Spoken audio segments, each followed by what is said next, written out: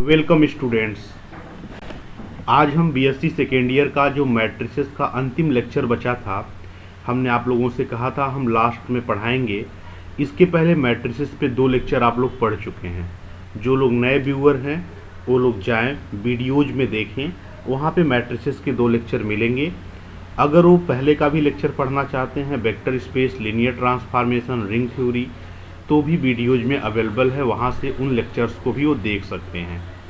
तो आज का जो लेक्चर है मैट्रिसेस का एमसीक्यू हम बताएंगे एक्सप्लेनेशन के साथ, और ये सबसे लास्ट लेक्चर होगा जो कैले थ्योरम पर, कैले हैमिल्टन थ्योरम पर आधारित होगा। तो जरा देखिए, इससे कुछ लाभ जरूर मिलेगा आपको, और इसके साथ एक चैप्टर आपका सिस्टम ऑफ लीनियर इक्वेशन छूटेगा। तो हम सिस्टम ऑफ लीनियर इक्वेशंस के कुछ क्वेश्चंस को डायरेक्ट करा देंगे एक लेक्चर में पीडीएफ के द्वारा, तो आप लोग उसको समझ जाएंगे।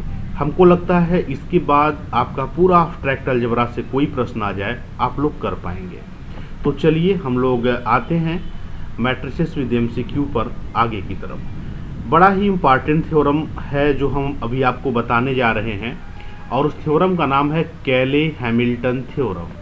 कैले हैमिल्टन थ्योरम बड़ी ही इंटरेस्टिंग और बड़ा इम्पॉर्टेंट थ्योरम है मैट्रिसेस का। इसके आ जाने से मैट्रिसेस में तमाम तरह की सुविधाएं उपलब्ध हो गई। मैट्रिक्स का इन्वर्स निकालना आसान हो गया, मैट्रिसेस को सिंप्लीफाई करना आसान हो गया। देखिए, कैले हैमिल्टन कहते क्या हैं? कैले हैमिल्टन कहते हैं कि चाहे कोई भी स्क्वायर मैट्रिक्स हो, ध्यान देना, मैट्रिक्स कैसी हो? स्क्वायर हो। चाहे कोई भी स्क्वायर मैट्रिक्स हो, केवल स्क्वायर मैट्रिक्स की बात कर रहे हैं, चाहे कोई भी स्क्वायर मैट्रिक्स हो, वो अपने कैरेक्टरिस्टिक इक्वेशन को सेटिस्फाई करती है। वो अपने कैरेक्टरिस्टिक इक्वेशन को क्या करती है? सेटिस्फाई करती है। सेटिस्फाई करने मतलब, जैसे मान लीजिए कि कोई इक्वेशन लिखा है ऐसे समथिंग, सपोज कर लिया कि इक्वेशन लिखा हुआ है lambda square minus 2 lambda plus 5 equal to 0। ये मान लीजिए कि कोई एक पॉलिनॉमियल है, और इन जनरल आपने देखा है कि कैरेक्टरिस्टिक इक्वेशन सॉल्व करने पर इस टाइप का आता है। तो मान लीजिए किसी मैट्रिक्स का हमने कैरेक्टरिस्टिक इक्वेशन निकाला और यही कैरेक्टरिस्टिक इक्वेशन निकल गया, ठीक। अब देखिए, तो ये कह ये रहे हैं कि जो वो मैट्रिक्स है जिसका कैरेक्टरिस्टिक इक्वेशन आपने ये निकाला है, वो मैट्रिक्स गारंटी है अपने कैरेक्टरिस्टिक इक्वेशन को सेटिस्फाई करेगा। मतलब यहाँ पर जहाँ जहाँ लेम्डा है ना, जिस मैट्रिक्स का आपने निकाला है पूरा, उस मैट्रिक्स को लेम्डा की प्लेस पे ऐसे पुट कर दीजिएगा। तो मैट्रिक्स का स्क्वायर करना जानते ही हैं आप, उसी मैट्रिक्स का उसी मैट्रिक्स में मल्टीप्लाई कर देना।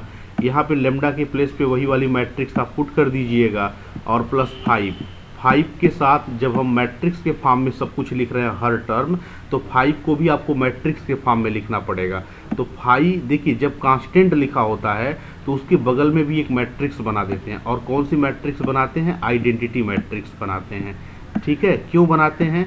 क्योंकि अगर आप नहीं बनाएंगे तो तीनों को जोड़ना घटाना आसान नहीं होगा। इक्वल टू 0 कहने का मतलब, हमने एक छोटा सा एग्जाम्पल लिया है कि सपोज कर लिया कोई मैट्रिक्स रही होगी जिसका कैरेक्टरिस्टिक इक्वेशन ये आया होगा। तो अगर एक कैरेक्टरिस्टिक इक्वेशन आ गया तो कैले हैमिल्टन कहते हैं कि वो मैट्रिक्स पक्का इसको सेटिस्फाई करेगा। सेटिस्फाई करने का मतलब, जहाँ जहाँ लेम्डा आया है वहाँ पे उस मैट्रिक्स को अगर आप रख दीजिए तो इसमें पूरा का पूरा पुट करने पर आंसर 0 आएगा। 0 आने का मतलब समझ रहे हैं? यहाँ 0 आने का भी मतलब है 0 मैट्रिक्स आना। समझिए, 0 का भी मतलब क्या होता है? 0 मैट्रिक्स आना, ठीक है। यह मतलब है मेरा। अभी हम आपको एक एग्जाम्पल के द्वारा बताएंगे तो ज़्यादा अच्छे से समझ में आ जाएगा। जैसे हम थोड़ा इन जनरल थोड़ी सी बात कर लें। सपोज कर लिया कोई एक मैट्रिक्स है, ठीक। आप सभी लोग जानते हैं कि इसके कैरेक्टरिस्टिक इक्वेशन को a माइनस लेम्डा आई के डिटर्मिनेंट को 0 करके दिया जाता है। लास्ट लेक्चर में हमने पूरा डिटेल बताया भी था, और मैट्रिक्स भी यही हमने लिया था। अब आप a माइनस लेम्डा आई पहले कैलकुलेट कर लेंगे, हमने समझा दिया था। तो आपका a माइनस लेम्डा आई वाला मैट्रिक्स आ गया। तो बताइए कैरेक्टरिस्टिक इक्वेशन कैसे निकालते हैं? इसी का डिटर्मिनेंट कितने के बराबर पुट कर देते हैं? 0 के। तो नेक्स्ट वाले में हमने क्या किया? इसी के डिटर्मिनेंट को हमने 0 के बराबर पुट कर दिया। तो भाई ये जो भी मैट्रिक्स है उसका कैरेक्टरिस्टिक इक्वेशन आ गया। अब देखिए, इसको जब आप इसको जब तोड़ेंगे डिटर्मिनेंट को, तो आप तोड़ने के बाद लेम्डा में 3 पावर का आपको एक इक्वेशन मिलेगा, प्लस ऐसे समथिंग, इसके बाद कुछ टर्म मिलेगा जो लेम्डा स्क्वायर के साथ का मिलेगा, है ना। फिर जो है इकट्ठा करेंगे कुछ टर्म, तो अब हमें नहीं मालूम कि इसको तोड़ने पर क्या मिलेगा, आप तोड़ के देख भी सकते हैं। फिर लेमडा मिलेगा, फिर एक कांस्टेंट मिलेगा, है ना, समथिंग कोई कांस्टेंट मिलेगा, और दिस इक्वल टू 0। कहने का मतलब जब 3x3 का है तो कैरेक्टरिस्टिक इक्वेशन 3 पावर में ऐसे आएगा। अब देखिए कैले हैमिल्टन कहते हैं कि ये जो मैट्रिक्स है ना, ये जो भी मैट्रिक्स दी गई थी, ये पक्का, ये जो मैट्रिक्स है ये पक्का क्या करेगा, ये मैट्रिक्स ये जो कैरेक्टरिस्टिक इक्वेशन आया इसको सेटिस्फाई करेगा। मतलब इस इक्वेशन को क्या करेगा, सेटिस्फाई करेगा। मतलब जहाँ लेमडा है, इस लेमडा की जगह आप जो मैट्रिक्स दी हुई है उसको रख दीजिए, मतलब ऐसे ए का क्यूब कर दीजिए, ठीक है, और प्लस यहाँ जो भी आया रहेगा कांस्टेंट उसको ऐसे रहने दीजिए। लेमडा स्क्वायर की जगह पर क्या रख दीजिए, ए स्क्वायर। अब आप समझ रहे हैं ना ए क्यूब कैसे निकालेंगे, भाई कोई भी मैट्रिक्स दिया है उसी का आपस में 3 बार मल्टीप्लाई कर लेंगे तो ए क्यूब आ ही जाएगा, एक नई मैट्रिक्स यहाँ आ ही जाएगी, है ना। ऐसे आप देखिए यहाँ पर ए स्क्वायर है, ए को 2 बार मल्टीप्लाई कर लेंगे, मैट्रिक्स आ ही जाएगा ऐसे, और ये जो कांस्टेंट है सारे टर्म में जाके मल्टीप्लाई हो जाएगा, ठीक है। ऐसे फिर क्या निकालेंगे, ऐसे यहाँ सामने लिखा है लेमडा, लेमडा की जगह क्या रख देंगे ए, और प्लस सी लिखा है कांस्टेंट, और जब कांस्टेंट लिखा है तो कांस्टेंट के बगल में यहाँ पर आइडेंटिटी बना लेंगे हम लोग, आइडेंटिटी मैट्रिक्स, और इक्वल टू 0। तो यहाँ से आपका क्या आ जाएगा, आप देखेंगे कि ये जब सारी ए की वैल्यू यहाँ रखेंगे अंदर और यहाँ आइडेंटिटी मैट्रिक्स बनाएंगे तो ओवरऑल आपका आंसर 0 मैट्रिक्स आ जाएगा। एक कैले हैमिल्टन ने कहा था। जैसे हम एक छोटा सा आपको एग्जाम्पल लेकर के दिखाई देते हैं कि कैसे ये बनेगा, है ना। जैसे कैसे बनेगा आप देखिए इस क्वेश्चन में आपको क्या करना है, इस क्वेश्चन में ए इनवर्स बताना है। पहले हम देखिए कैले हैमिल्टन थ्योरम को जरा सा आपको पहले वेरीफाई कराते हैं, फिर इनवर्स आपको हम बता देते हैं। मान लिया ये मैट्रिक्स है, आप सबको मालूम है इसका कैरेक्टरिस्टिक इक्वेशन क्या होगा। हमने लास्ट टर्म पे डायरेक्ट लिखना भी बताया था। हमने कहा था जब भी ऐसा दिया रहता है तो आप क्या करते हैं, यहाँ पर इन दोनों को जोड़ के लिख देते हैं। तो यहाँ पे क्या हो जाएगा आपका 4, और यहाँ पे क्या हो जाएगा लेमडा, और प्लस हो जाएगा आपका, फिर यहाँ पे सामने लिख देते हैं इसी का डिटर्मिनेंट। तो आपका हो जाता है 3 - 8, कितना हो जाएगा 3 - 8 हो जाएगा -5, and this is equal to 0। आपका ये वैल्यू बनेगा तो आपका हो जाएगा lambda square -4 lambda, lambda square -4 lambda -5 equal to 0। इस तरह से आपका बनेगा। तो lambda square -4 lambda -5 equal to 0 आपका आया। यही कैरेक्टरिस्टिक इक्वेशन है। अच्छा, जिसको डायरेक्ट नहीं करने आता है वो आप जानते ही हैं कि आप क्या करेंगे, a माइनस लेमडा आई कर देंगे, और a माइनस लेमडा आई निकालने के बाद इसको क्या कर देंगे 0 के बराबर पुट कर देंगे डिटर्मिनेंट, इस वाले लाइन पे आप पहुंच जाएंगे। और a माइनस लेमडा आई करने का मतलब हमने समझा दिया था, केवल डायगोनल वाले एंट्री से लेमडा माइनस होता है। ऐसे आपका ये हो गया 4, यह हो गया 2, यहाँ पर हो जाएगा कितना 3 माइनस लेमडा, और दिस इज इक्वल टू 0। आप यहाँ से भी चाहें तो यहाँ पे पहुँच सकते हैं, बिल्कुल यही वाला इक्वेशन आ जाएगा। अब इसको तोड़िए, इसका इसमें मल्टीप्लाई करिए, -8 करिए, आपका ही आ जाएगा। समझ गए। तो डायरेक्ट हमने यहाँ पे लिख दिया है। बस डायरेक्ट लिखने का तरीका होता है इतना न करके कि आप सीधे इन दोनों को जोड़ के माइनस के साथ यहाँ लिखिए, और फिर जो भी डिटर्मिनेंट आए उसको यहाँ पर लिखिए, तो आपका इक्वेशन मिल गया। अब देखिए कैले हैमिल्टन कहते हैं, यही इसी का नाम क्या है, ये जो भी इक्वेशन मिला है इसी का नाम क्या है, कैरेक्टरिस्टिक इक्वेशन। तो कैले हैमिल्टन क्या कहते हैं, हर स्क्वायर मैट्रिक्स, देखिए स्क्वायर मैट्रिक्स ही है 2x2 का, हर स्क्वायर मैट्रिक्स अपने कैरेक्टरिस्टिक इक्वेशन को फॉलो करता है। जरा देखिए लेमडा की जगह अगर आप ए रख दीजिए तो क्या होगा, लेमडा की जगह अगर हम ए रख देंगे तो आपका हो जाएगा a स्क्वायर -4, यहाँ भी लेमडा की जगह आप ए रख दीजिए, और -5। देखिए जब मैट्रिक्स रखते हैं ना तो जो कांस्टेंट है उसके बगल में आइडेंटिटी मैट्रिक्स ऐसे बना देते हैं, और दिस इज इक्वल टू 0। देखिए सेटिस्फाई कर रहा है कि नहीं। ए की वैल्यू रखिए, देखिए यही कैरेक्टरिस्टिक इक्वेशन था, तो जहाँ जहाँ लेमडा था हमने क्या बना दिया ए, क्योंकि कैले हैमिल्टन कहते हैं कि कैरेक्टरिस्टिक इक्वेशन को मैट्रिक्स सेटिस्फाई करेगा। अब जरा देखिए यहाँ से ए की वैल्यू जरा रखिए, ए का मतलब आपका मैट्रिक्स कितना है 1 4 2 3, यह है ना। आपको इसका क्या करना है स्क्वायर, स्क्वायर करने का मतलब हम एक काम करते हैं, इसी को इसे 2 बार लिख देते हैं मल्टीप्लाई में ही, ताकि अभी हम लोगों को गुणा करना आसान हो जाए। यह हो गया आपका, ठीक है 1 ऐसे -4, और फिर ए की वैल्यू रखनी है, तो ए का वैल्यू कितना है 1 4 2 एंड 3, है ना। और नेक्स्ट वाले में देखिए आपको यहाँ पे क्या रखना है, ये आपका है हो गया 5 और आई का मतलब हो गया आपका आइडेंटिटी मैट्रिक्स। आइडेंटिटी मैट्रिक्स मतलब 1 0 एंड 0 1, ठीक है। And this is equal to कितना हो जाएगा आपका 0 हो जाएगा। ये बात क्लियर। अब इसका इसमें आप मल्टीप्लाई कर लीजिए, तो मल्टीप्लाई करेंगे तो कितना होगा, ये 0.3 नहीं है, वैसे ही लग गया है ना। मल्टीप्लाई करिए, इसका इसमें मल्टीप्लाई करेंगे तो हो जाएगा 1 और 8 9, ठीक है। फिर आप इसका मल्टीप्लाई इसमें करेंगे तो हो जाएगा 4 और 12 16, ठीक है। मल्टीप्लाई करने सबको आता होगा मैट्रिक्स का। इसका आप मल्टीप्लाई करिए, 2 और 3 का इसमें करेंगे तो 2 और 6 हो जाएगा 8। फिर आप इसका मल्टीप्लाई अगर इसमें करेंगे तो हो जाएगा 8 और 9 हो जाएगा आपका 17, ठीक है, ये बना।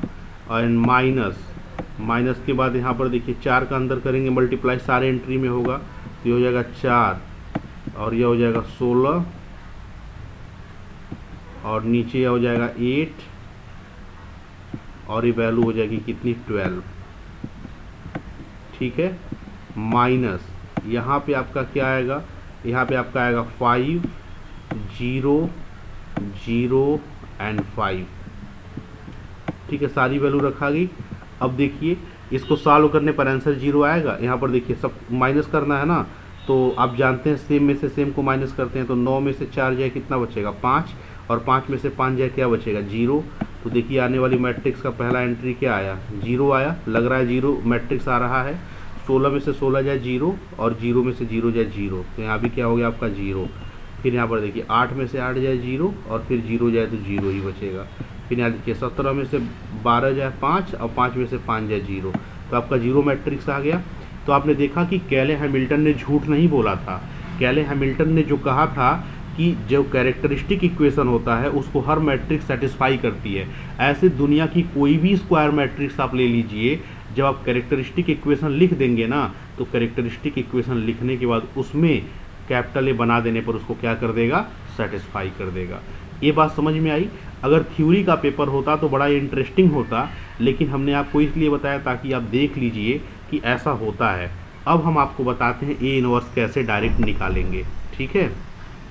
अब हम आपको बताते हैं कि ए इनवर्स इस मैट्रिक्स का हम लोग कैसे डायरेक्ट कैलकुलेट कर लेंगे।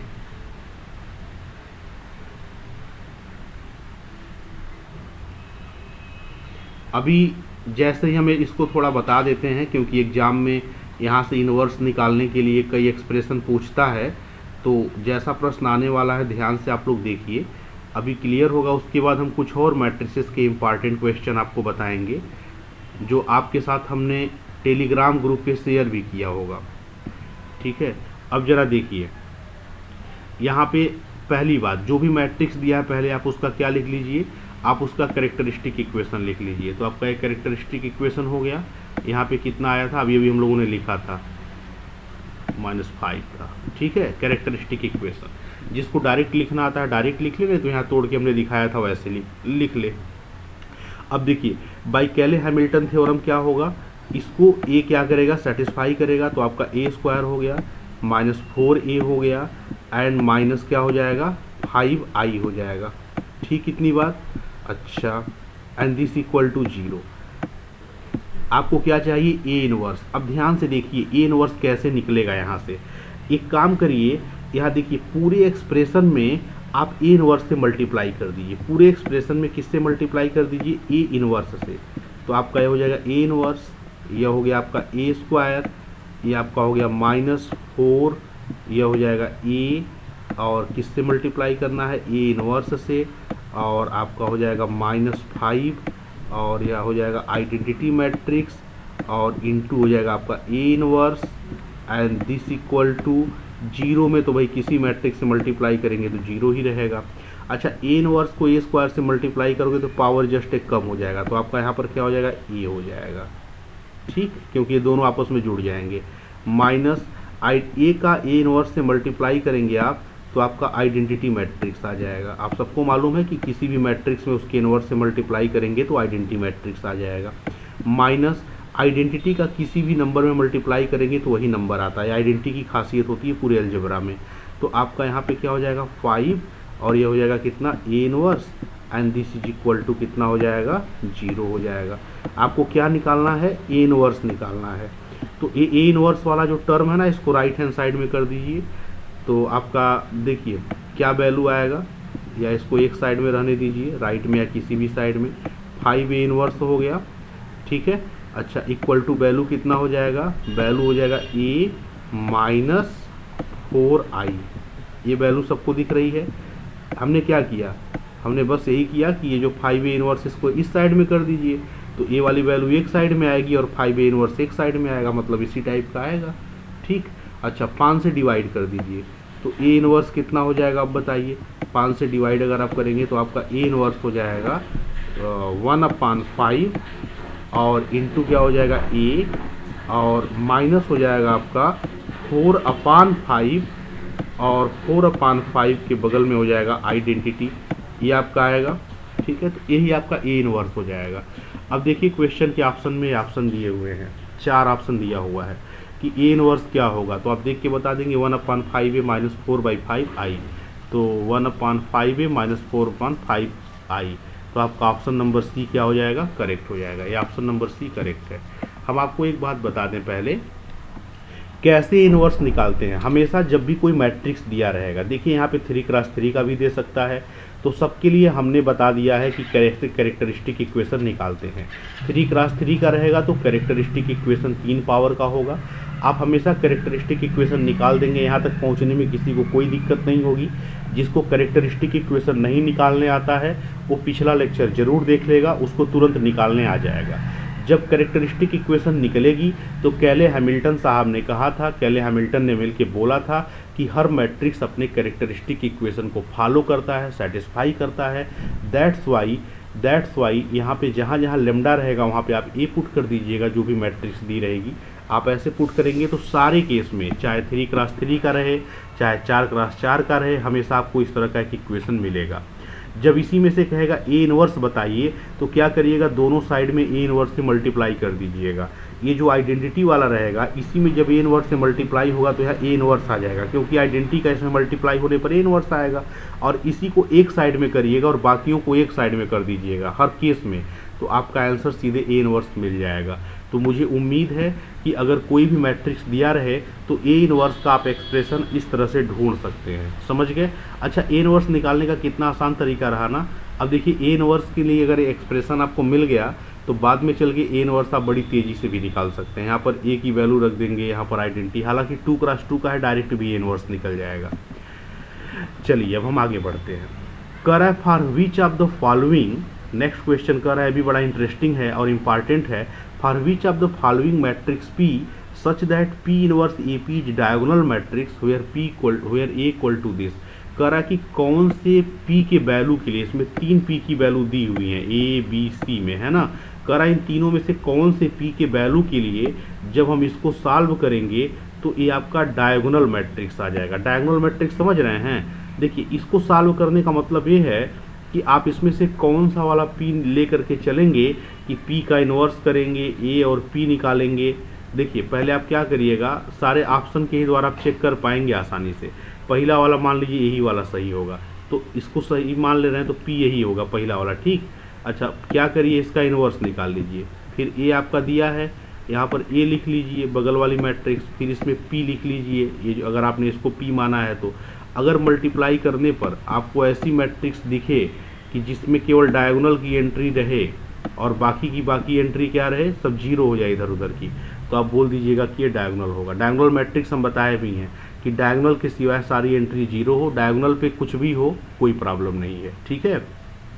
तो आप क्या करेंगे, इसमें बारी बारी से सारे ऑप्शन को ही लेकर के चेक करिएगा और ये वैल्यू निकालिएगा। जिस ऑप्शन के लिए ये वैल्यू डायगोनल मैट्रिक्स टाइप का बन जाएगा वही वाला ऑप्शन आप टिक कर दीजिएगा। यहाँ पे शायद कोई नहीं बनेगा, नन आप दी जाएगा आंसर।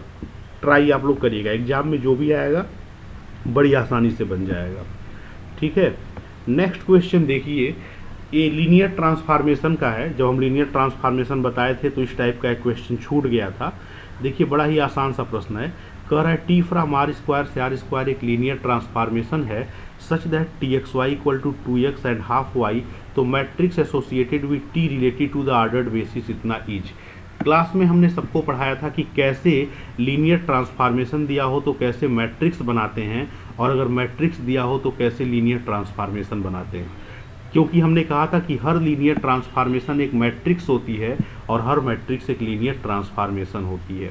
तो जब यहाँ स्टैंडर्ड बेसिस दिया हो तो हम देखिए क्लास में तो बताए होंगे बिल्कुल डिटेल में, क्योंकि तब रिटेन होने वाला था। अब हम आपको डायरेक्ट बताते हैं कैसे एग्जाम में सीधे लीनियर ट्रांसफॉर्मेशन देख करके आप कैसे आंसर मार देंगे कि कौन सा आंसर सही होगा। ध्यान से देखिएगा, यहाँ x और y का फंक्शन चल रहा है और स्टैंडर्ड बेसिस दिया है 1001। यहाँ पर देखिए x के साथ क्या है 2 है, कामा के पहले केवल देखिएगा x के साथ क्या है 2 है। अच्छा, इस 2x को आप ऐसे लिख सकते हैं ना, y के साथ तो यहाँ कुछ नहीं है ना, आप ऐसे लिख सकते हैं 0 इंटू वाई कामा के पहले वाले को। तो आपका कांस्टेंट क्या हुआ 2 और 0, तो 2 और 0 देखिए कौन से वाले में है, इसमें है 2 और 0, ठीक है। दूसरा देखिए, अब दूसरे वाले में आइए, यहाँ देखिए 1/2i लिखा है कामा के बाद, तो यहाँ पे x नहीं लिखा है, मतलब ऐसे लिखा है 0 इंटू एक्स लिखा है और प्लस लिखा है 1/2i दूसरे वाले स्लॉट में 1/2i है ना। तो ये 2, 0 आप क्या करेंगे पहले वाले रो में लिख देंगे और 0 और हाफ दूसरे वाले रो में लिख देंगे, तो आपका यही वाला आंसर सही हो जाएगा। डायरेक्ट मैट्रिक्स बनाने का यही तरीका है। जैसे मान लीजिए कि अगर यही दिया रहता ऐसे कि आपका जो टी एक्स वाई है समथिंग, हम कुछ और लिख दे रहे हैं कि टी एक्स वाई है, मान लिया कि एग्ज़ाम में दिया है और एग्ज़ाम में ऐसे दे दे x plus 2y, x plus 2y and comma फिर दे दे x माइनस वाई, पूछे बताइए इसकी मैट्रिक्स स्टैंडर्ड बेसिस के रेस्पेक्ट में, तो आप तुरंत बता देंगे क्या क्या होगा मैट्रिक्स 1 2 1 एंड -1, ठीक है। आप तुरंत इसको देख के बता देंगे क्योंकि यहाँ से कांस्टेंट 1 ये 2 और ये 1 है -1, तो आसान है करना। तो अगर स्टैंडर्ड बेसिस दिया है तो आप ऐसे निकालेंगे, अदरवाइज कोई और बेसिस दिया है तो हमने करने का तरीका आपको समझाया था, आप लोग एक बार पढ़ लीजिएगा, बुक में भी दिया होगा। जो लोग हमसे नहीं पढ़े वो लोग बुक में एक बार देख लेंगे कैसे लीनियर ट्रांसफॉर्मेशन को मैट्रिसेस में बदला जाता है, ठीक है। सो हम इतना आज बताना था हमें कैले हैमिल्टन के बारे में। अब हम कुछ क्वेश्चंस करते हैं मैट्रिसेस पर। देखिए आप सभी लोग पढ़ चुके हैं तो आप सभी लोग मेरे साथ साथ भी हल कर सकते हैं, तो आप सभी लोग भी ट्राई करिए। हम आप सभी लोगों को ये जो मैट्रिसेस है ये आप लोगों को हम सभी लोगों को प्रोवाइड करा दिए हैं टेलीग्राम ग्रुप पर, कुछ लोगों को व्हाट्सएप ग्रुप पर, तो आप सभी लोग इसको देख सकते हैं। सबके पास पीडीएफ मौजूद है तो कोई पीडीएफ के पीछे ना पड़े, जिसको भी पीडीएफ चाहिए हमारे टेलीग्राम चैनल से ले सकता है। देखिए क्वेश्चन कह रहा है कि the eigen value of the matrix this are, इस मैट्रिक्स का आइगन वैल्यू बताना है। बताओ कौन होगा आइगन वैल्यू, हमने कैसे कहा था चेक करने के लिए, पहले ट्रेस देख लीजिए क्या है, ट्रेस क्या है 2 3 5। अब देखिए कि जो भी आइगन वैल्यू होगा उसका सम जो है ट्रेस के बराबर होगा, तो 2 3 5 ये तो ठीक लग रहा है, 1 2 3 ये तो गलत हो गया, 3 4 7 ये भी गलत हो गया, तो आंसर इसी को मार दीजिए 2 3 5 वाला, 2 3 वाला, ठीक है। क्योंकि यहाँ पर देखिए इस ट्रेस क्या है 2 और 3 5 हुआ ना, तो ट्रेस के बराबर आना चाहिए आइगन वैल्यू को जोड़ने पर, तो यही वाला ऑप्शन सही हो जाएगा। आइगन वैल्यू इस मैट्रिक्स का क्या होगा, देखिए ये अपर ट्रायंगुलर मैट्रिक्स है, अपर ट्रायंगुलर मैट्रिक्स है, या दूसरी बात चाहे कुछ भी हो, आप जैसे हमने टेक्निक बताया वैसे भी कर सकते हैं। इसका ट्रेस क्या है ए प्लस बी प्लस सी है, तो इसमें देखेंगे कौन से वाले 3 आइगन वैल्यू हैं जिनका सम करने पर ए प्लस बी प्लस सी आएगा, तो ये पहले वाले का आएगा, तो ये आंसर हो जाएगा। आप सबको मालूम है लास्ट लेक्चर पे हमने ये बात बताया था। तीसरा कह रहा है अगर 0 आइगन वैल्यू है किसी मैट्रिक्स का तो ये क्या होगा। एक बात को ध्यान दीजिएगा, जब हम लोग लास्ट लेक्चर में पढ़ रहे थे तो हमने एक बड़ा इंपॉर्टेंट बात बोला था, हमने कहा था कि जो आइगन वैल्यू होती है, ठीक है, जो आइगन वैल्यू होती है किसी भी मैट्रिक्स का, अगर उन सारे आइगन वैल्यू को आप मल्टीप्लाई कर दीजिएगा, दोबारा मेरी बात को सुनिए, अगर कोई मैट्रिक्स है तो उसके सारे आइगन वैल्यूज को अगर आप मल्टीप्लाई कर देंगे तो इसका डिटर्मिनेंट आ जाता है, मैट्रिक्स का क्या आ जाता है डिटर्मिनेंट, और सारे आइगन वैल्यूज को अगर जोड़ दिया जाए तो क्या आ जाता है मैट्रिक्स का ट्रेस। ये दो बातें हमने कहा था, आप याद कर लीजिए, बड़ी इंपॉर्टेंट है, आगे चल के बड़ी यूज होंगी। अब मेरी बात को खूब ध्यान से देखिएगा। हमने क्या कहा था कि अगर किसी मैट्रिक्स के सारे आइगन वैल्यूज को मल्टीप्लाई कर दिया जाए तो क्या आ जाता है, डिटर्मिनेंट। तो ध्यान दीजिए, अगर कोई भी एक आइगन वैल्यू 0 हो जाए तो जब सारे आइगन वैल्यू को आप मल्टीप्लाई करने जाओगे तो 0 होने के कारण एक जो 0 है, जब सबको आपस में मल्टीप्लाई करोगे तो 0 वाला क्या करेगा, सबको 0 बना देगा। सिंपल सी बात है, मैट्रिक्स ए के सारे आइगन वैल्यू को मल्टीप्लाई करोगे तो इसका डिटर्मिनेंट आएगा ना। तो जब सारे आइगन वैल्यू को मल्टीप्लाई करोगे, इसने कह दिया एक आइगन वैल्यू 0 है, तो जब सारे आइगन वैल्यू को मल्टीप्लाई करोगे तो पक्का आंसर 0 ही आएगा। और जब आंसर 0 आया इसका मतलब इसका डिटर्मिनेंट 0 आ गया। तो जिस मैट्रिक्स का डिटर्मिनेंट 0 होता है उस मैट्रिक्स को क्या कहते हैं, सिंगुलर कहते हैं। और ऐसी मैट्रिक्स इन्वर्टिबल नहीं होती है। तो यहाँ से एक क्वेश्चन और बनाया जा सकता है कि अगर 0 आइगन वैल्यू है किसी मैट्रिक्स का तो पक्का ये जो मैट्रिक्स होगा वो इन्वर्टिबल भी नहीं होगा। मेरी बात समझ में शायद आप लोगों को आ गई होगी, है ना। क्वेश्चन नंबर 4 देखिए, हमने जो रिजल्ट का इस्तेमाल किया है कि product of all eigen values equal to the determinant, ये लास्ट लेक्चर में हमने नोट नंबर 2 में लिखा था, है ना। चलिए नेक्स्ट देखिए, करा the characteristic root of a hermitian matrix. अगर कोई मैट्रिक्स हर्मिशियन है तो उसके कैरेक्टरिस्टिक रूट या आइगन वैल्यू, है ना, ये हमेशा रियल होते हैं। ठीक है, तो आपका आंसर ए हो जाएगा। Question number 5, the characteristic root of skew hermitian matrix are either. करा स्क्यू हर्मिशियन मैट्रिक्स का जो आइगन वैल्यू होता है वो क्या होता है। तो आप देखिए, स्क्यू हर्मिशियन मैट्रिक्स का जो आइगन वैल्यू होगा या तो प्योर इमेजिनरी होगा या तो क्या होगा, 0 होगा। आप इसको ट्राई कर लेंगे। कैसे, आपको मालूम है कि जो रियल वाले का होता है, जो आपका सिमेट्रिक का होता है वो रियल होता है, और इस वाले का आप ट्राई करिए तो स्क्यू हर्मिशियन मैट्रिक्स का आपका क्या हो जाएगा, प्योर इमेजिनरी हो जाएगा या 0 हो जाएगा। ठीक है,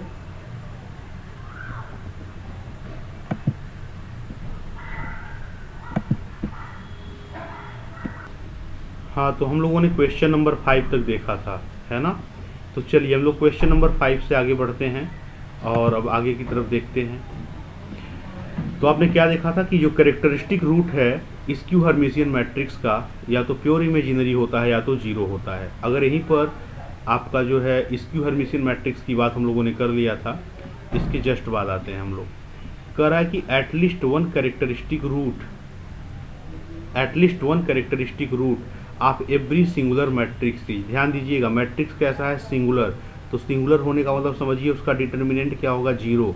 तो जानते हैं जब भी कोई सिंगुलर मैट्रिक्स हो या एक ऐसी मैट्रिक्स हो जिसका डिटर्मिनेंट 0 हो तो 100% गारंटी है उसका एक आइगन वैल्यू या एक कैरेक्टरिस्टिक रूट हमेशा 0 पक्का होता है। जानते हैं क्यों? क्योंकि अभी हमने ऊपर बताया कि product of eigen value he determinant of matrix होता है। अगर अगर आइगन वैल्यू 0 रहेगा तो जब सारे आइगन वैल्यू को आप मल्टीप्लाई करते रहेंगे तो वो 0 वाला आइगन वैल्यू सबको क्या बना देगा, 0, अर्थात मैट्रिक्स को ही 0, मैट्रिक्स का डिटर्मिनेंट 0 कर देगा। इसीलिए जब भी कोई मैट्रिक्स सिंगुलर होता है, इस बात को तो याद रख लीजिए, अगर एक भी आइगन वैल्यू 0 है तो मैट्रिक्स सिंगुलर होगा, और मैट्रिक्स सिंगुलर है तो पक्का आइगन वैल्यू जरूर 0 होगा। कह रहा है कि आइगन वैल्यू इस मैट्रिक्स की क्या होंगी, आप चाहें तो निकाल भी सकते हैं जैसे हमने बताया है। वैसे मैट्रिक्स आर्थोगोनल होता है और आर्थोगोनल मैट्रिक्स का जो आइगन वैल्यू होता है वो हमेशा ±1 होता है। आर्थोगोनल हमें कैसे पता चल गया, यहाँ पे orthogonal cos theta sin theta minus sin theta cos theta, यहाँ पे आप निकालिएगा वैल्यू। हमको तो लगता है सभी लोग निकाल देंगे, है ना। वैसे इसका कैरेक्टरिस्टिक इक्वेशन कितना आ जाएगा आपका, लैम्डा स्क्वायर, और इन दोनों को जोड़ के लिखते हैं तो 0 हो जाएगा, और डिटर्मिनेंट निकालेंगे तो हो जाएगा minus cos square minus sin square. आप आसानी से इसका आइगन वैल्यू निकाल सकते हैं, कोई बहुत कठिन काम नहीं है।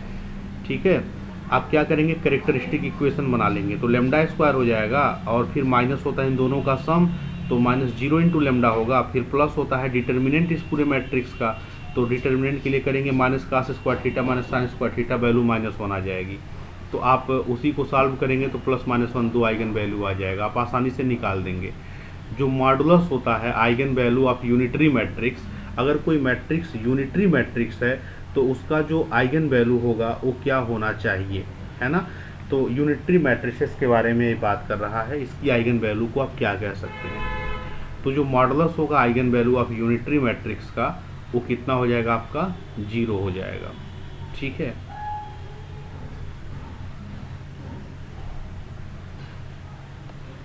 चलिए नेक्स्ट क्वेश्चन पे आते हैं।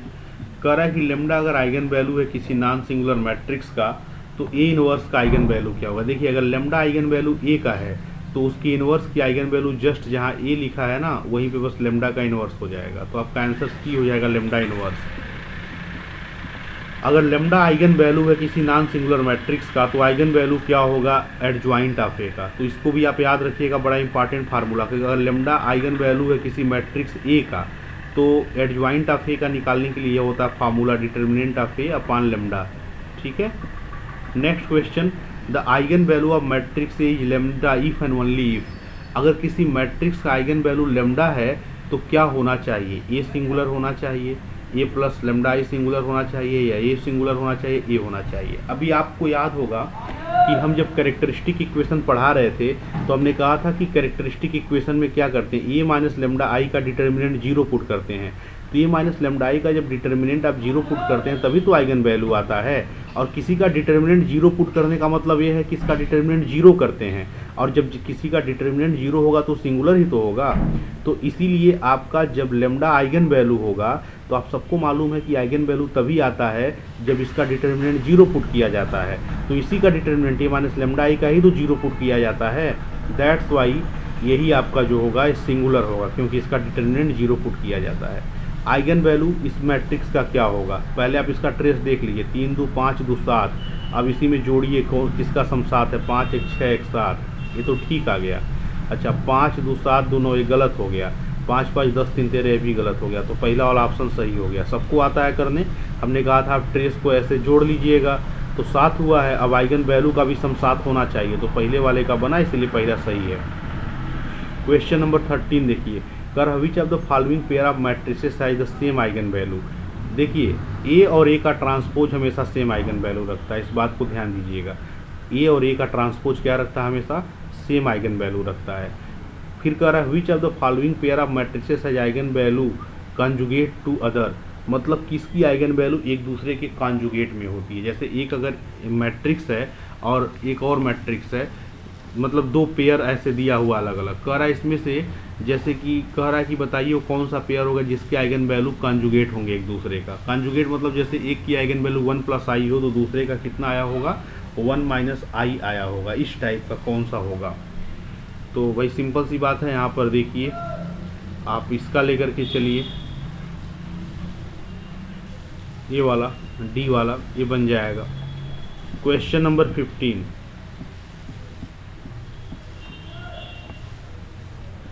यहाँ ए और ए स्टार का भी बन जाना चाहिए, क्योंकि ए ट्रांसपोज का और ए का सेम होता है, इसीलिए ये भी बन जाएगा। सी और डी दोनों बन जाएगा। 15वां क्वेश्चन देखिए, कह रहा eigen value of triangular matrix are. हमने कई बार बताया है कि जो आइगन वैल्यू ट्रायंगुलर मैट्रिक्स की होती है वो सीधे डायगोनल एंट्री होता है। तो the element of its leading diagonal but of opposite sides, गलत, the elements of its leading diagonal, बस यही सही होगा। कौन से एलिमेंट, लीडिंग डायगोनल के एलिमेंट, कंफर्म। अच्छा नेक्स्ट क्वेश्चन कह रहा है कि अगर lambda 1 lambda 2 lambda N, N eigen value है किसी मैट्रिक्स ए के, तो ए के स्क्वायर का बताइए आइगन वैल्यू क्या होगा। ध्यान दीजिएगा, अगर ये सारे आइगन वैल्यू हैं ए के तो ए स्क्वायर का अगर पूछ रहा है तो इन्हीं सबका स्क्वायर कर दीजिए, वही आंसर हो जाएगा। ये वाला आंसर सही है। अगर यहीं ए क्यूब का पूछता तो सबके पावर क्यूब कर देते, वो आंसर आता। अगर ए के पावर 2020 कर देता तो सबके पावर 2020 कर देते, वो वाला आंसर हो जाता। ये बात समझ गए। कह रहा है कि लेमडा कैरेक्टरिस्टिक रूट है किसी मैट्रिक्स ए का, तो कैरेक्टरिस्टिक रूट इसका कितना होगा। ठीक है, लेमडा ए का है कैरेक्टरिस्टिक रूट, तो पूछ रहा है इसका क्या होगा। जहाँ ए है वहीं लेमडा पुट कर दीजिए, तो लेमडा और प्लस के, आइडेंटिटी का मतलब तो 1 हो ही जाता है, तो लेमडा प्लस के आंसर हो जाएगा। देखिए कहाँ पे है, ये है लेमडा प्लस के। क्या करना होता है, अगर लेमडा कैरेक्टरिस्टिक रूट है ए का और यहाँ किसी तरह का ऐसे लिखा रहे पॉलिनोमियल टाइप का, तो जहाँ जहाँ ए आएगा वहीं पे आप क्या पुट कर दीजिएगा, लेमडा, और आइडेंटिटी को 1 बना दीजिएगा। समझ गए बात। The characteristic root of hermitian matrix जो होता है हमेशा रियल होता है। Next question, characteristic root of matrix this.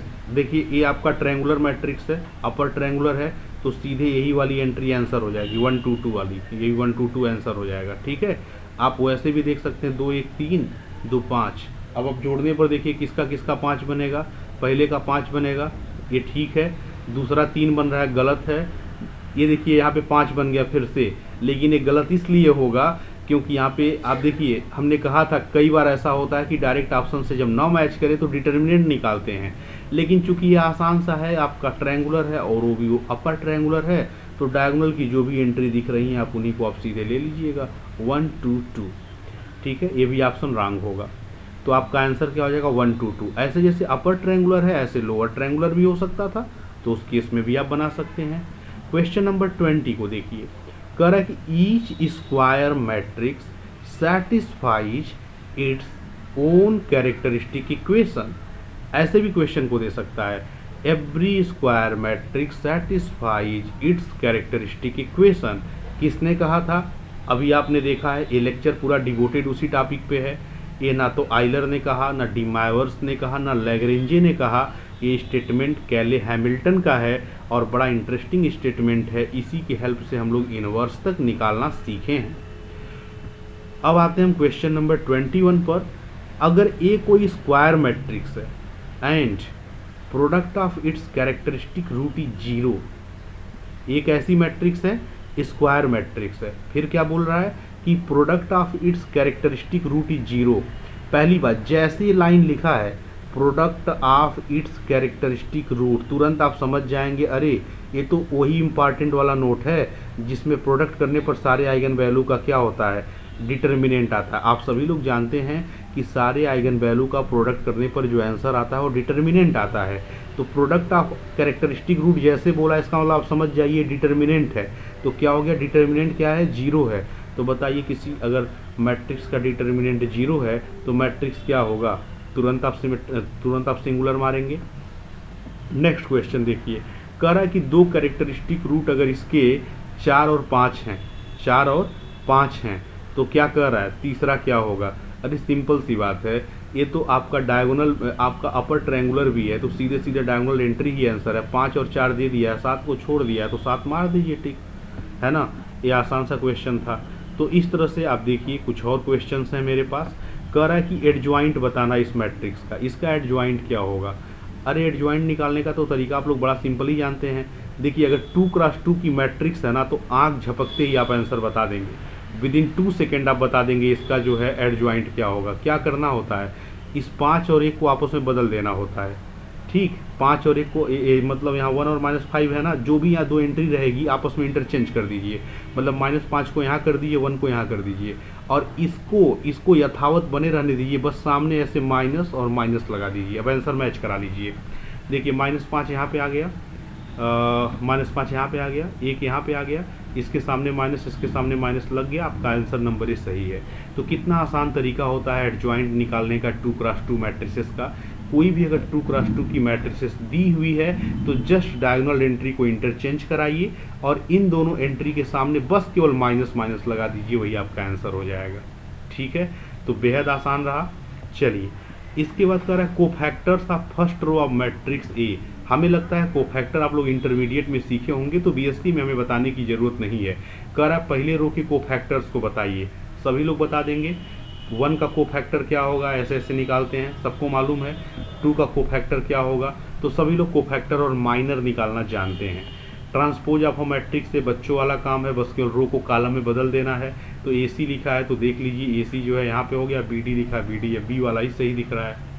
चलिए नेक्स्ट क्वेश्चन देखते हैं। कह रहा है एडजॉइंट ऑफ ए के इनवर्स को आप कितने के बराबर कह सकते हैं? एडजॉइंट ऑफ ए का इनवर्स अगर है, देखिए एडजॉइंट वाली प्रॉपर्टी थोड़ी सी इंपॉर्टेंट प्रॉपर्टी मानी जा सकती है ना। अगर आपको किसी भी मैट्रिक्स का एडजॉइंट दिया है और फिर उसका इनवर्स पूछ रहा है, तो आपसे पूछ रहा है कितने के इक्वल होगा, तो आप इसको जो है देखिए एडजॉइंट की पूरी प्रॉपर्टी आप बुक से एक बार देखेंगे तो आप देखेंगे कि एडजॉइंट से मैक्सिमम क्वेश्चन बनने के संभावना आपको दिख जाएंगी। तो एडजॉइंट ऑफ ए का इनवर्स ये बन जाएगा। एडजॉइंट ऑफ ए का ट्रांसपोज क्या होगा? एडजॉइंट ऑफ ए का ट्रांसपोज आपका इसके बराबर होगा, एडजॉइंट ऑफ ए के ट्रांसपोज के बराबर होगा, ठीक है। हालांकि यहाँ पे तो सीधे ऑप्शन यही दे दिया है एडजॉइंट ऑफ ए का ट्रांसपोज, फिर यहाँ पर भी लिख दिया एडजॉइंट ऑफ ए का ट्रांसपोज। तो जो ए लिखा है वो ए भी लिखा है, दोनों सेम तो यहीं पर दिख रहा है, तो पाँचवें का ये सही हो जाएगा। कह रहा अगर x इक्वल टू बी है तो इसमें से कौन सा ऑप्शन सही होगा। देखिए इसमें से आप ऑप्शन तभी सही मार सकते हैं जब इस क्वेश्चन को थोड़ा और पूरा किया जाए। अगर ए को लिख दिया जाए where A is a non singular, तो ए का इन्वर्स मिलेगा, और जब ए का इन्वर्स मिलेगा तो x equal to A inverse B आ जाएगा। मतलब आपका ऑप्शन नंबर डी तब सही हो जाएगा। ठीक है, क्योंकि आप ए इन्वर्स से दोनों साइड में मल्टीप्लाई करोगे तो आइडेंटिटी बन जाएगा और ए इन्वर्स बी बन जाएगा, तो ऑप्शन नंबर डी सही हो जाएगा। The inverse of an elementary matrix is any, जो इन्वर्स होगा किसी एलिमेंट्री मैट्रिक्स का वो क्या होगा। आप इसको जो है ट्राई करिएगा आप सभी लोग, और भी इसमें तमाम सारे क्वेश्चंस हैं हमने जो दिए हुए हैं, तो हमें लगता है कि आप सभी लोग आसानी से कर पाएंगे। देखिए इस टाइप का क्वेश्चन ये तो कई बार पूछ रहा है कि डिटर्मिनेंट स्क्वायर मैट्रिक्स का 0 हो जाए तो मैट्रिक्स क्या होगा, सिंगुलर होगा। यहाँ देखिए ए बी इक्विवेलेंट मैट्रिसेस है तो कौन सही होगा। यहाँ ध्यान दीजिएगा आर इनवर्स बी, यहाँ भी आर रहेगा। ठीक है, यहाँ सी इनवर्स न करके क्या लिख दीजिए, आर लिख दीजिए, तो ये ऑप्शन सही हो जाएगा। अच्छा, इसके बाद इन दोनों को मल्टीप्लाई कर लेंगे, एक नई मैट्रिक्स आएगी, फिर ट्रांसपोज आप निकाल ही लेंगे।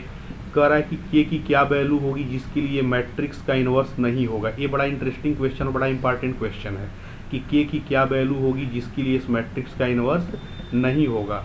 भाई देखो, अगर इसका डिटर्मिनेंट 0 हो जाए तो इसका इन्वर्स नहीं होगा, तो डिटर्मिनेंट 0 कब होगा, डिटर्मिनेंट 0 इसका पुट कर दो तो हो जाएगा 10 माइनस 3 के इक्वल टू 0, तो यहाँ से के की वैल्यू आ जाएगी 10/3। समझ गए बात। अच्छा, आपका आएगा ना 10 माइनस 3 के इक्वल टू 0, तो के की वैल्यू आ जाएगी 10/3। अगर ए आई जे एन क्रॉस एन की मैट्रिक्स है तो ए इसकी वैल्यू क्या होगी। आप सभी लोग एक फार्मूला पढ़े होंगे, A into capital A into adjoint of A equal to I N determinant of A. वहाँ की हेल्प से आप निकालेंगे तो यही आपका आंसर आ जाएगा। सीधे याद रख लीजिए कि एडजॉइंट ऑफ ए की वैल्यू डिटर्मिनेंट ऑफ ए के पावर n-1 होती है। ठीक है, तो हमें लगता है कि अब आप लोग काफ़ी चीज़ों को जान चुके हैं और कर पाएंगे। यहाँ पे कह रहा है the necessary and sufficient condition for matrices to be invertible. कोई मैट्रिक्स इन्वर्टिबल कब होगा, जब नॉन सिंगुलर होगा। सिंगुलर मैट्रिक्स थोड़ी इन्वर्स दे पाएगा, तो कब इन्वर्टिबल होगा, जब नॉन सिंगुलर होगा।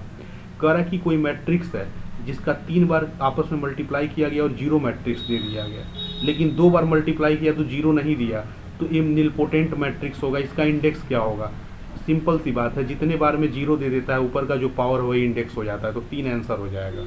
समझ गए बात। किसी भी मैट्रिक्स को आपस में आप मल्टीप्लाई करते जाइए, जितनी बार में पहली बार 0 देगा ना 0 मैट्रिक्स, वही उसका इंडेक्स हो जाएगा। इसको हम लोग इंडेक्स ऑफ निलपोटेंसी भी कहते हैं। नेक्स्ट क्वेश्चन देखिए, कह रहा है कि अगर ए कोई स्क्वायर मैट्रिक्स है और its diagonal element purely real हैं तो मैट्रिक्स ए कैसा होगा। ठीक है, अगर स्क्वायर मैट्रिक्स है और इसके डायगोनल एलिमेंट प्योरली रियल हैं तो वो मैट्रिक्स कैसा होगा। अब देखिए, डायगोनल एलिमेंट को प्योरली रियल हो जाने से हम मैट्रिक्स के बारे में थोड़ी कुछ कह पाएंगे। समझ गए, वो स्क्यू सिमेट्रिक भी हो सकता है, कुछ भी हो सकता है, तो ये क्वेश्चन ठीक नहीं लग रहा है, क्योंकि स्क्वायर मैट्रिक्स और उसके डायगोनल एंट्री प्योरली रियल हैं, तो कुछ भी हो सकता है। सो ये अच्छा क्वेश्चन नहीं है। क्वेश्चन नंबर 17 कह रहा है कोई मैट्रिक्स है, इसको स्क्वायर कब कहेंगे। भाई स्क्वायर मैट्रिक्स तब होता है जब रो और कॉलम बराबर हो जाए, नहीं तो ट्रायंगुलर होता है। Every diagonal element of A skew symmetric matrix, last lecture में हमने एनालिसिस किया था कि जो डायगोनल एलिमेंट होता है स्क्यू सिमेट्रिक मैट्रिक्स का वो सारा 0 होता है। Question number 19 the value of K when the matrix does not have its inverse. फिर वही वाला काम करना, 5 - 3 के, आप 5 - 3 के कर दीजिए, आपको आंसर मिल जाएगा। इक्वल टू 0 पुट कर देंगे तो 19 का सी, यहाँ पर आंसर भी हमने दे रखा है। सो आज का लेक्चर हम यहीं पे समाप्त करते हैं। इसमें से अगर कोई क्वेश्चन आपसे ना समझ में आए तो आप टेलीग्राम ग्रुप पे पूछ सकते हैं, व्हाट्सएप ग्रुप पे पूछ सकते हैं। ठीक है, तो आप मैट्रिसेस को ज़्यादा से ज़्यादा करिए। इसी के साथ हमने मैट्रिसेस का पूरा लेक्चर एंड कर दिया और आपका अब्स्ट्रैक्ट अलजेब्रा समाप्त हुआ।